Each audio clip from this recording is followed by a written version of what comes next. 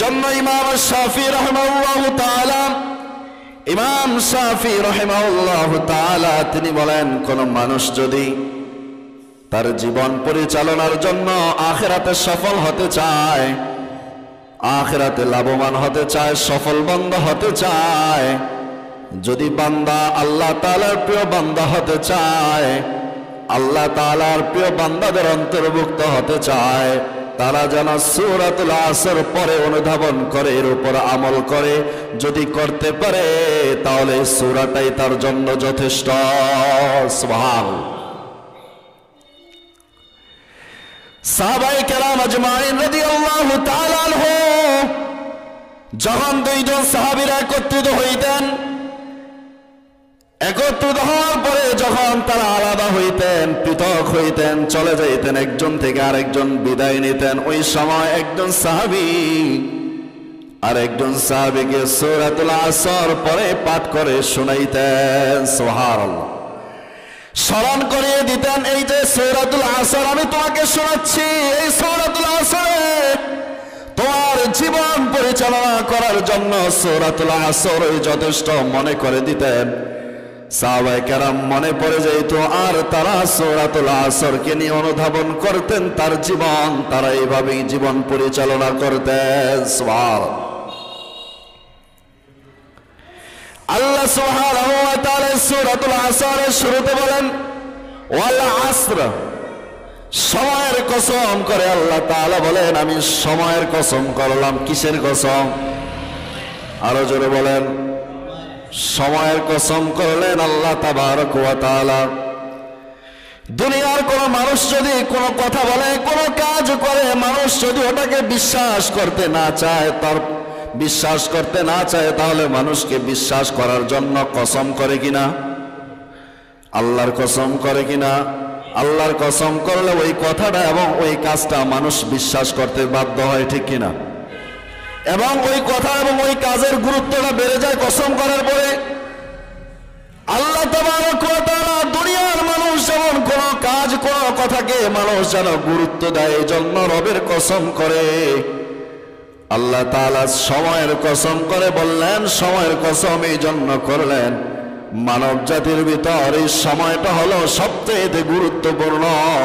এই সময় যারা অপচয় করে তারাই হলো ক্ষতিগ্রস্ত।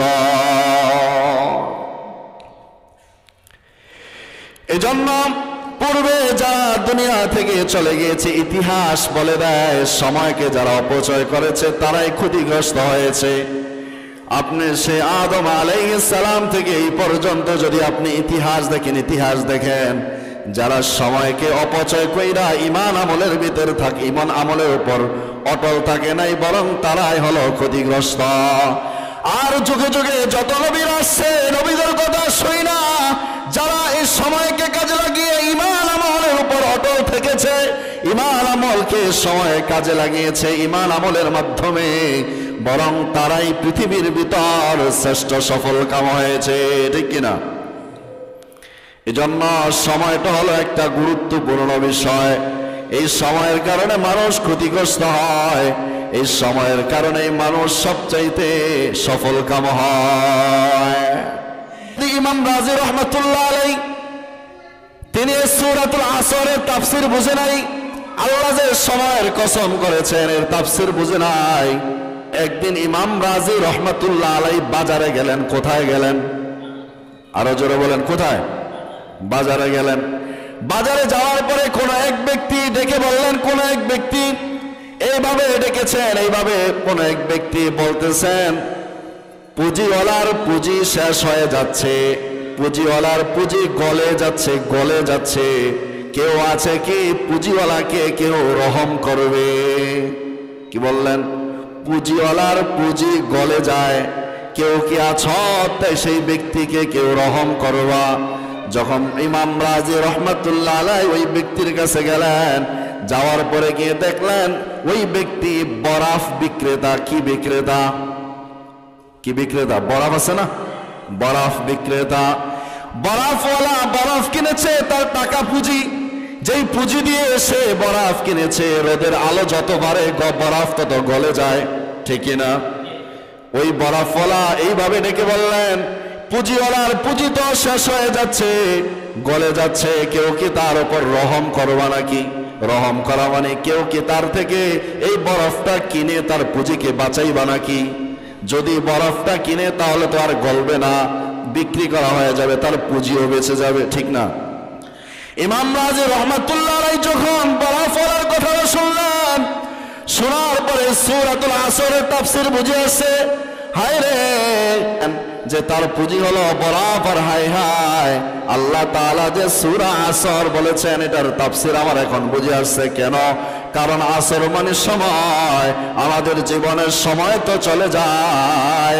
আমরা যদি সময়কে কাজে না লাগাই তাহলে আমাদের সময়গুলো তো এইভাবে গলে যায়। সুবহানাল্লাহ, কথা বুঝতে পেরেছো?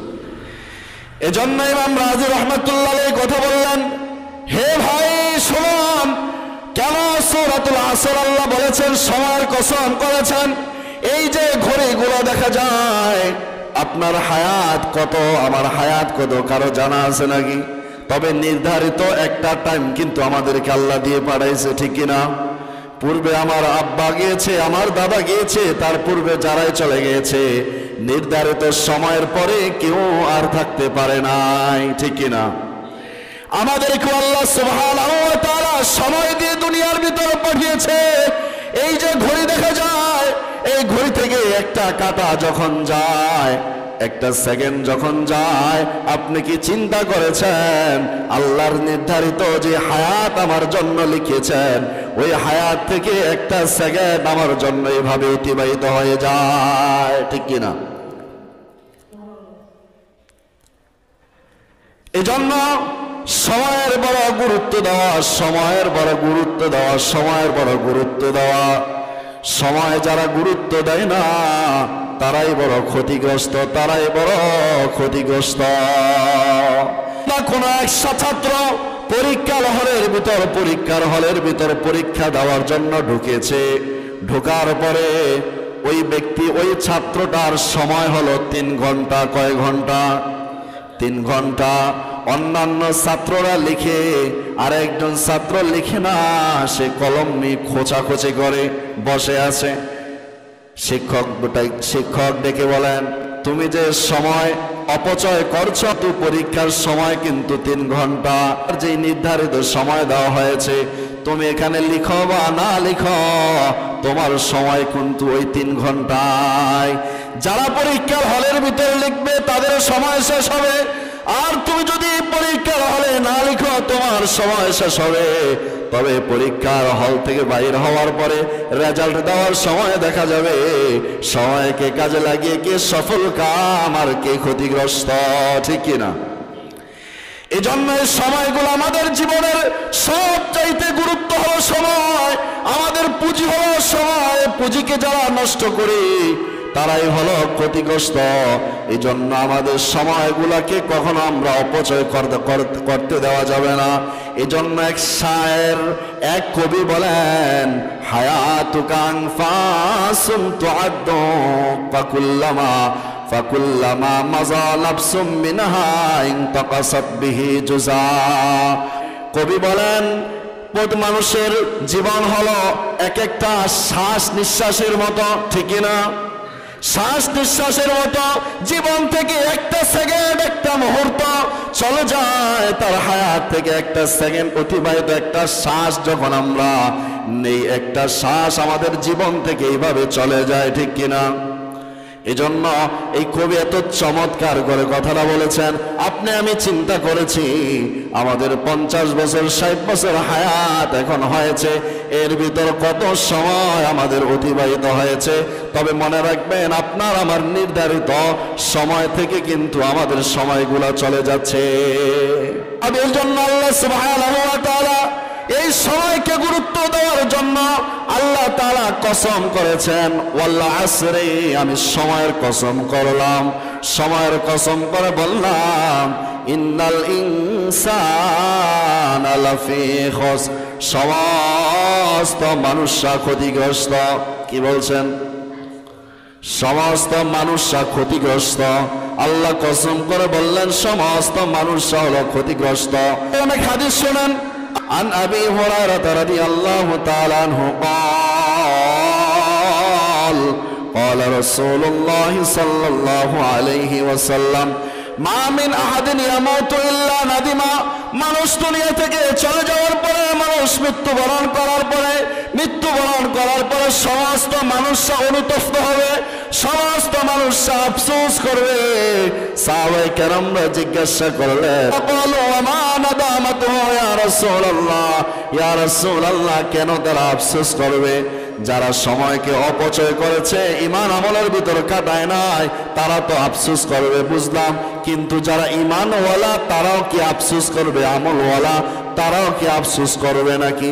আল্লাহর হাবিব সাল্লাল্লাহু আলাইহি ওয়াসাল্লাম বলেন, হে সাহাবায়ে কেরাম শোনো, কিয়ামতের দিন কেন মানুষ মৃত্যুবরণ করার পরে ফাইন কানা মুহসিনান নাদিমা আল্লাহ ইয়াকুন আজদাদ। মানুষ যদি ঈমানওয়ালা হয়, আমলওয়ালা হওয়ার পরেও মানুষ দুনিয়া থেকে চলে যাওয়ার পরে কিয়ামতের দিন মানুষ আফসোস করবে। এই জন্য মানুষ এক একটা সেকেন্ড যখন আল্লাহ তাআলার স্মরণে কাটায় নাই, ওই স্মরণ থেকে গাফেল হওয়ার কারণে বান্দা চাইলে একটা সময় সে অপচয় করেছে, পারলে একটা সময়ের ভিতর একবার সুবহানাল্লাহ পাঠ করতে পারতেন, একবার আলহামদুলিল্লাহ আল্লাহ তাআলাকে স্মরণ করতে পারতেন, কিন্তু বান্দা করে নাই।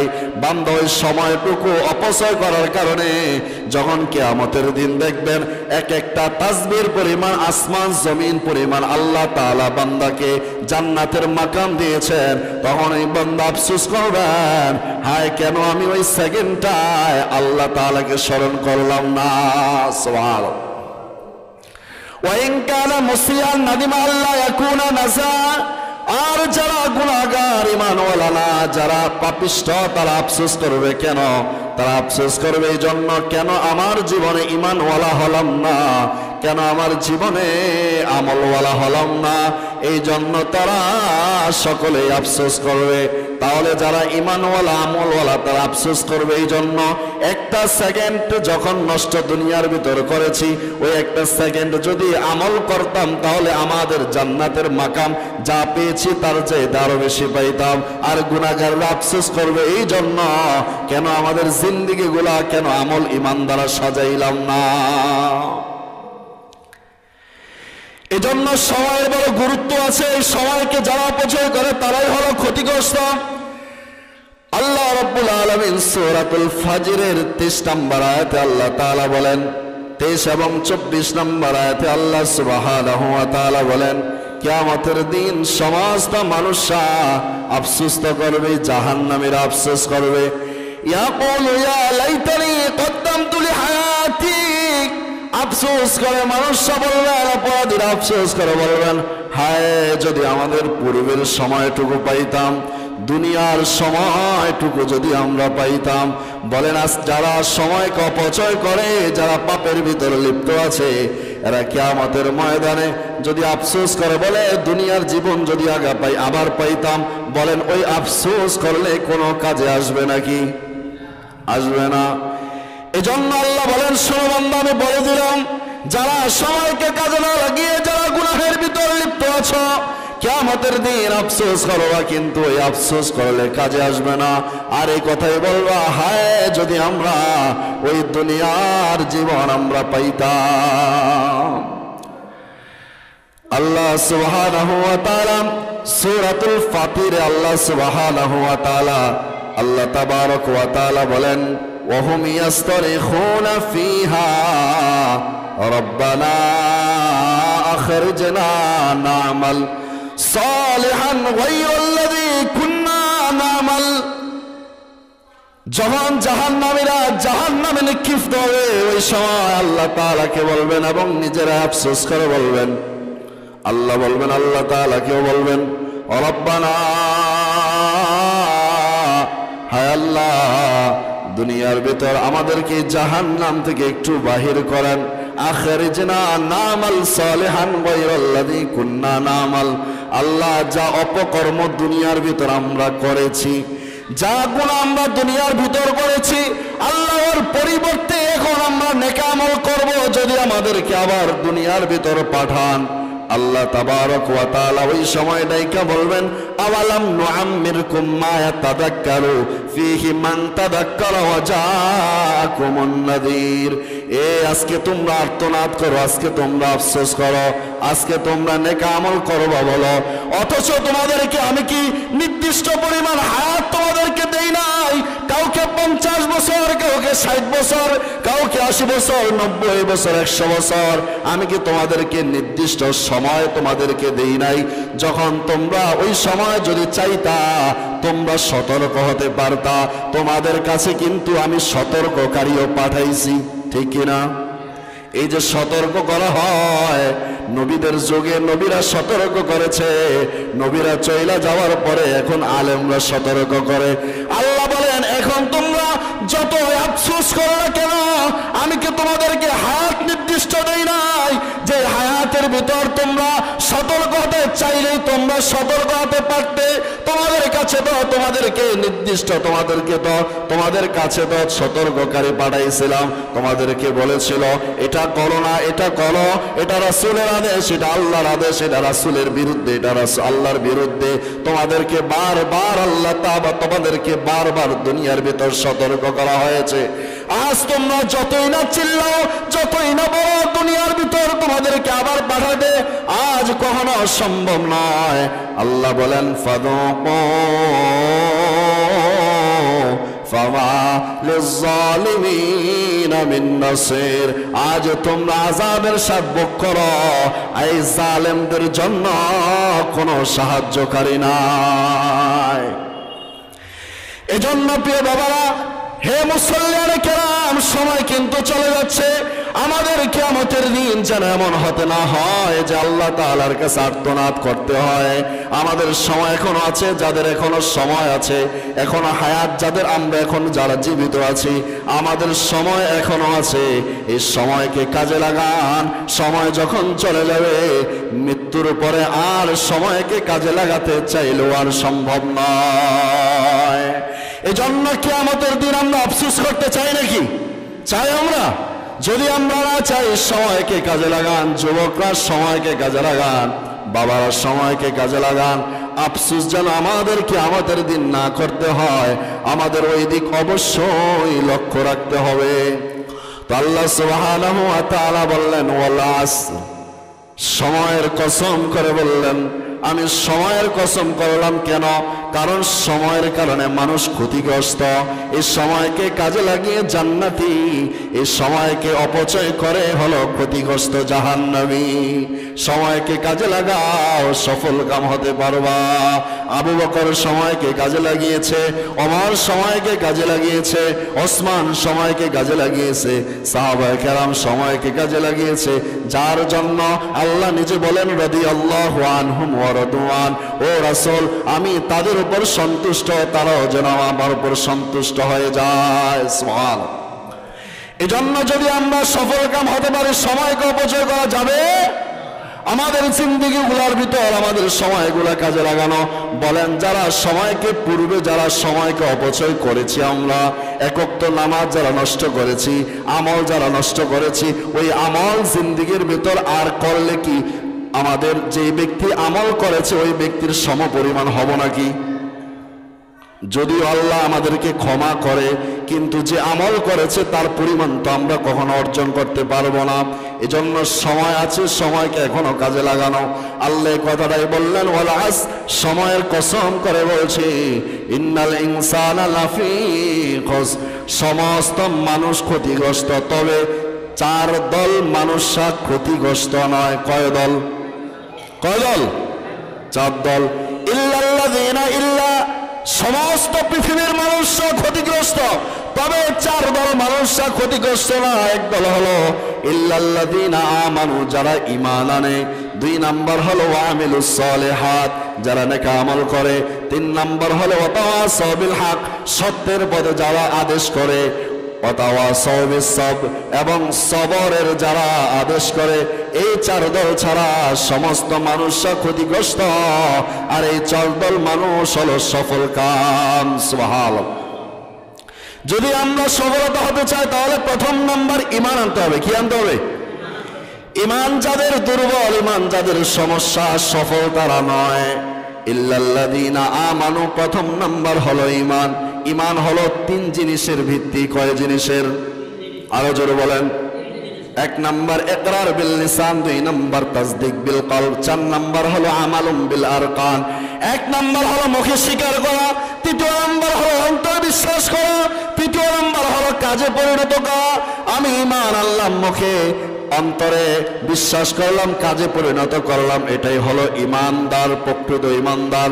আমাদের অবস্থা তো ঈমান মুখে আনলাম, অন্তরে বিশ্বাস করলাম, সকলেই তো আমরা কাজে পরিণত করতে পারি না, ঠিক কিনা? এজন্য আল্লাহর হাবিব সাল্লাল্লাহু আলাইহি ওয়াসাল্লাম বলেছেন, ঈমানদার তো তারা যারা মুখে স্বীকার করে, অন্তরে বিশ্বাস করে এবং কাজে পরিণত করে। ঈমানওয়ালা তো তারা নয় যারা মুখে স্বীকার করে, অন্তরে স্বীকার করে, কাজে পরিণত করে না। এরা ঈমানদার হতে পারে না, তারা ঈমান নামের বেঈমান, ঠিক কিনা? আপনি দেখেন আমাদের ভিতর ঈমান তো এনেছি, মুখে তো স্বীকার করি, কিন্তু কাজে হলো আমাদের ইহুদি, খ্রিস্টান, বৌদ্ধ, নাসারার চাইতে বেশি নিকৃষ্ট, ঠিক কিনা? আমাদের প্রতিটা কাজ, প্রতিটা পদক্ষেপ মানুষ নয়, সুযোগের চাইতে বেশি নিকৃষ্ট আমাদের কাজগুলা।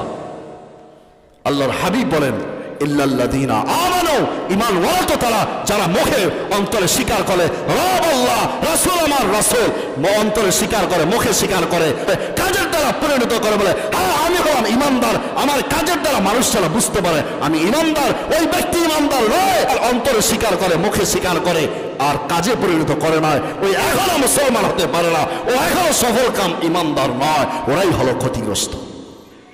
কথা বুঝতে পেরেছেন? যারা ঈমান আনে আল্লাহর উপর, রাসূলের উপর এবং তাদের ব্যাপারে কোনো সন্দেহ করে না।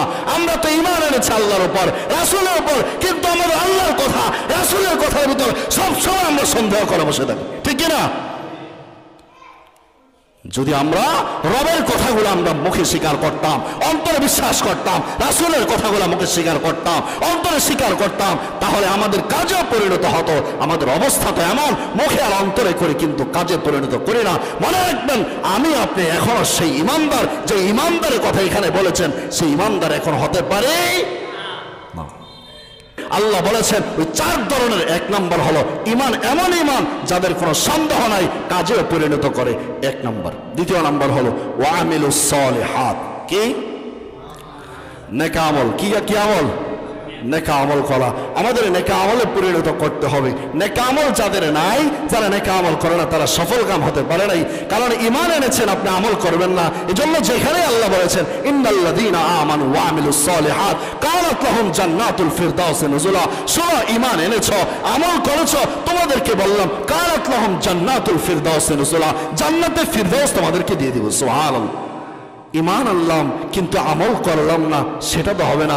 আল্লাহ রাসূল সাল্লাল্লাহু আলাইহি ওয়াসাল্লাম এক হাদিসের ভিতরে বলেন, বাদিরু বিল আমালিস সাবআন, শোনো, সাতটা জিনিস আসার আগে তোমাদের আমলকে তোমরা অগ্রগামী করে ফেলো। কয়টা জিনিস আসার আগে? সাতটা জিনিস আসার পূর্বে তোমরা আমলে নিজেকে অগ্রগামী করে ফেলো, যা পারো আমল করে ফেলো। এক নম্বর হাল তানজুরুনা ইল্লা ফাকরান মুনসিয়ান, এক নম্বর হলো ওই দরিদ্রতার আশঙ্কা করছো নাকি? শুনুন, এক নম্বর কি বলছেন আল্লাহ রাসূল, ওই দরিদ্রতার আশঙ্কা করো যে দরিদ্রতা হইলে রবকে ভুলে যাও, নিজের পেট বাঁচাতে গিয়ে আল্লাহকে ভুলে যাও, হালাল হারাম চিন্তা করো না, আল্লাহ তাআলাকে স্মরণ করো না, এমন অসহায়ত্ব, এমন গরিব হওয়ার আশঙ্কা করছো নাকি? শোনো, ওই দিন আহলে তোমাদের জন্য অকল্যাণ, কারণ যেই ফকির হওয়া তোমাকে রবকে ভুলে দেয়, ওই ফকির হওয়া তোমার জন্য মঙ্গল নয় অমঙ্গল। ওই দিনের অপেক্ষা করো না, ওই দিন আসার পূর্বে যা পারো আমল করে ফেলো। দ্বিতীয় নাম্বার বলছেন আও গিনান মুতগিয়ান, এমন সম্পদ হওয়ার অপেক্ষা করছো নাকি যে সম্পদ হইলে আল্লাহকে ভুলে যাও? হ্যাঁ, অনেক তো আছে আমাদের ভিতরে এমন, যাকে সম্পদ ছিল না, এখন সম্পদ হয়েছে, এখন গাদ্দারি শুরু করে দেয়, এখন রবের হুকুম মানা শুরু করে দেয়, রবের হুকুম সে মানা এটাও নিষিদ্ধ হয়ে যায় তার জন্য। ওই সময় তার দাম্ভিকতা, তার অহংকার, তার সমস্ত কিছু বেড়ে যায়। আছে কি এমন? আল্লাহ বলছেন আও হিনাল মুতগিয়ান, তুমি কি এমন সম্পদ হওয়ার আশঙ্কা করছো যে সম্পদ হইলে তুমি রবের অবাধ্যতায় তুমি লিপ্ত হয়ে যাইবা? সাবধান, ওই দিন আসার পূর্বেই যা পারো ইবাদত করে ফেলো, কারণ ওই দিনটা তোমার জন্য ঈমান নষ্ট হওয়ার কারণ হতে পারে। 3 নম্বর, আও মারাজাল মুফসিদান, শুনুন যারা সুস্থ আছেন শুনুন, আও মারাজাল মুফসিদান, রাসূল বলছেন যখন ওই অসুস্থতার অপেক্ষা করছো নাকি, যে অসুস্থতা তোমাকে তোমার শরীরকে নষ্ট করে ফেলে। আজ যারা অসুস্থ আছে জিজ্ঞাসা করেন তাদের অবস্থা আর আপনাদের অবস্থা এক হবে না, কারণ অসুস্থতা মানুষকে এত নষ্ট করে ফেলে তার ইবাদতে আর ওই সময় মন চায় না ইবাদত করতে। আল্লাহ রাসূল বলেন ওই অসুস্থ হওয়ার পূর্বেই তোমাদের আমল বাড়ায় দাও, যে অসুস্থতা তোমাকে দুর্বল করে ফেলে, তোমার শরীরকে নষ্ট করে ফেলে। 4 নম্বর, সংক্ষিপ্ত বলছে 4 নম্বর, আও হারামান মুফান্নিদান, তুমি কি এমন বার্ধক্যের অপেক্ষা করছো? হ্যাঁ, এমন বার্ধক্যের তুমি অপেক্ষা করছো নাকি যে বার্ধক্য তোমার জ্ঞান নষ্ট করে ফেলে? অনেক মুরব্বী আছে দেখবেন, অনেক মুরব্বীরা আছে বিদ্যা হয়ে গিয়েছে, এখন তাদের জ্ঞান এখন আর চলে না, ঠিক না? জ্ঞান হরণ হয়ে গেছে, তারা খেয়েছে কি জানে না, নামাজ পড়েছে কি পড়ে নাই, সেজদা একটা দিয়েছে কে দেয় নাই, তাদের অবস্থা এমন হয়েছে। এমন দিন আসার পূর্বে, ওই দিন আসার পূর্বে যেই দিন বিদ্যা হয়ে যাইবা, হওয়ার পরে তোমাদের জ্ঞানটা হরণ হয়ে যাবে, তুমি কিছুই বুঝতে পারবা না। ওই দিন আসার পূর্বেই যা পারো আমল করে ফেল। 5 নম্বর, আও মাউতাল মুজহিজান, শুনুন আল্লাহর হাবিব বলেন আও মাউতাল মুজহিজান, হঠাৎ মৃত্যু আসার অপেক্ষা করছো নাকি? হঠাৎ মৃত্যু আসলে তো তোমার জন্য অকল্যাণ হয়ে যাবে, কারণ হঠাৎ মৃত্যু তোমাকে কোনো কিছু তোমার জন্য কল্যাণ হবে না। হঠাৎ মৃত্যু যখন চলে আসে তোমার জন্য তওবা নসিব হবে। আমি আপনাদেরকে বলছি, কে আছেন এখানে যে আপনার 50 বছর 60 বছর, যারা 50 বছর আছেন তারা 100 বছর হায়াত পাবেন, এমন যারা যুবক আছেন তারা বৃদ্ধ হবেন, এমন কেউ আছে এখানে? কেউ লিখে দিতে পারবেন? পারবেন কেউ? তাহলে যারা 60 বছর আছে তারাও পারবেন না, যারা বাচ্চা আছে, যারা যুবক আছে তারাও পারবে না। তাহলে আমাদের অবস্থা এমন কেন যে আমাদের মৃত্যু যে কখন আসবে সেটাও তো আমরা জানি না, আমাদের তো হঠাৎ মৃত্যু আসতে পারে। আল্লাহর হাবিব বলে শোনো, তোমাদের মৃত্যু কখন আসে তোমরা জানো না, যদি তো জানো না তোমাদের হায়াত কবে, 50 না 60, 70 না 80, 90 না 100, জানো না তো জানো না। হায়াত যখন চলে যাবে মালাকুল মউত তো হাজির হয়ে যাবে, তওবা তো করার সুযোগ পাইবা না। এজন্য মুসলমান, হে মুসল্লিয়ানে কেরাম, সময় তো নাই আপনার, আপনি তো জানেন না আপনার সময়টা কখন আপনার মৃত্যু এসে যাবে। ওই মৃত্যু, হঠাৎ মৃত্যু আসার পূর্বে এখন এই সময়কে কাজে লাগিয়ে আমলকে বাড়ায়া দেন। বুঝতে পেরেছেন কথা? 6 নম্বর, আউদ দাজ্জালা ফাসাররু গায়বি ইউনতাজারু, দাজ্জাল আসার পূর্বে আমলকে বাড়ায়া দেন। দাজ্জালকে সেটা কিয়ামতের পূর্বে আসবে, কখন আসবে তো জানি না, কিয়ামত কবে তাও তো জানি না, জানি কারণ দাজ্জাল হলো এমন, রাতকে দিন বানাবে, দিনকে রাত বানাবে, ক্ষমতা দিবেন কে? আমাদের ইমানের যে অবস্থা, যখন দাজ্জাল এসে দেখবে সূর্য আলো কিরণহীন হয়ে গেছে, যখন দেখবে ফসল সাথে সাথে উৎপন্ন করে, আকাশ থেকে যখন বলে, দাজ্জাল যখন বলে বৃষ্টি আসার জন্য বৃষ্টি চলে আসে, আমাদের ইমানের অবস্থা কেমন হবে? ওই রবকে তো ভুলে ওই সময় দাজ্জালের অনুসরণ করা শুরু করে দিন। আমাদের ইমানের অবস্থা তো এমন, ঠিক না?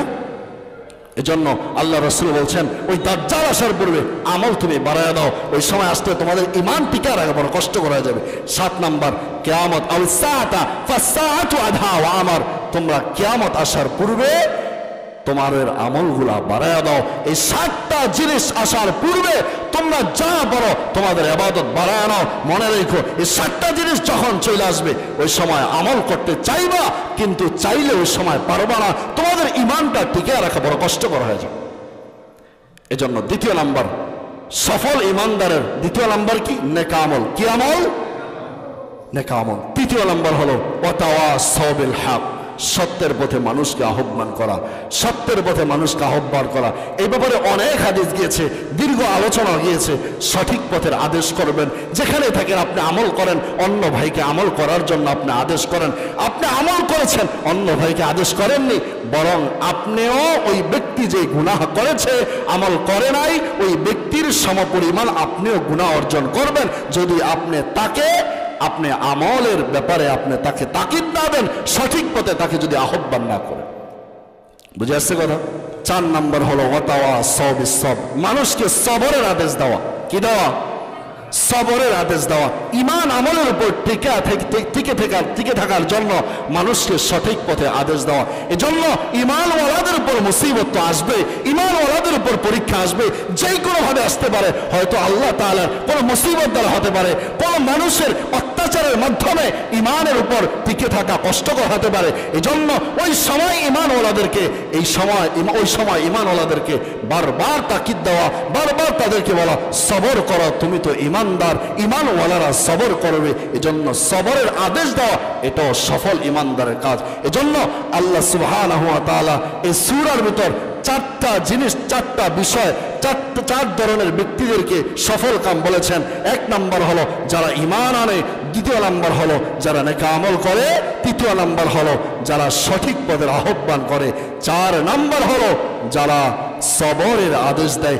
এই 4 দল ছাড়া পৃথিবীর সমস্ত মানুষ ক্ষতিগ্রস্ত, সমস্ত মানুষ। তো বলছিলাম সূরাতুল আসর মানুষ জীবন পরিচালনা করার জন্য এই সূরাটাই কি যথেষ্ট। এই সূরাটা কি যথেষ্ট। সাহাবায়ে কেরাম কি করতেন বলছিলাম? যখন তারা আলাদা হইতেন এই সূরা শোনায়া দিতেন। কেন? এই কথাটাই বুঝাবার জন্য, সূরাতুল আসর অনুধাবন করো, এটাই তোমার জীবন পরিচালনা করার জন্য, আখিরাতে সফল হওয়ার জন্য এটাই যথেষ্ট। সুবহানাল্লাহ। আল্লাহ তাআলা আমাদেরকে কথার উপর আমল করার তৌফিক দান করুক। আখির দাওয়ানা আলহামদুলিল্লাহ।